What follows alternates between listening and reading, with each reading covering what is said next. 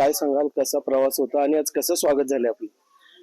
डोळ्यात पाणी आणण्यासारखं स्वागत झालंय. आयुष्यभरामध्ये जे कष्ट घेतले त्या कष्टांचं चीज झाल्यासारखं स्वागत झालंय.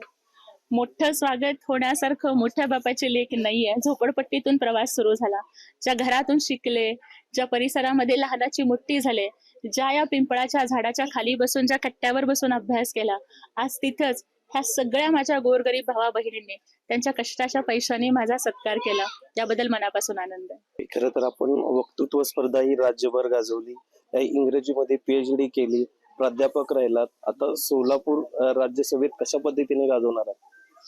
सोलापूरकरांनी वेगवेगळ्या रूपात मला बघितलं आणि माझा तमाम सोलापूरकर बांधव कायम माझ्या पाठीशी उभा राहिला. आज ही सर्वसामान्य गरिबाची सोलापूरची लेक संसदेमध्ये जातीये, त्यावेळेला लाखो सोलापूरकर बांधवांची मान अभिमानानं उंच होईल अशाच पद्धतीचं काम मी दिल्लीमध्ये करेन, संसदेमध्ये करेन.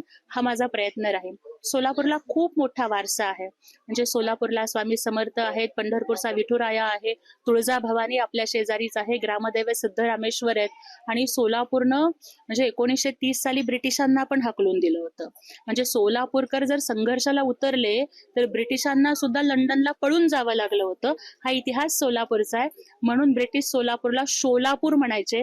त्यामुळे सोलापूरची शोला ही दिल्लीच्या संसदेमध्ये ही लोकांच्या कल्याणासाठी आणि जहां पर अंधेरा है उस घर में दिया जलाने के लिए कशा पद्धतीनं काम करेल, हा माझा प्रयत्न राहील. रवी ढोबळे, जय महाराष्ट्र न्यूज, सोलापूर.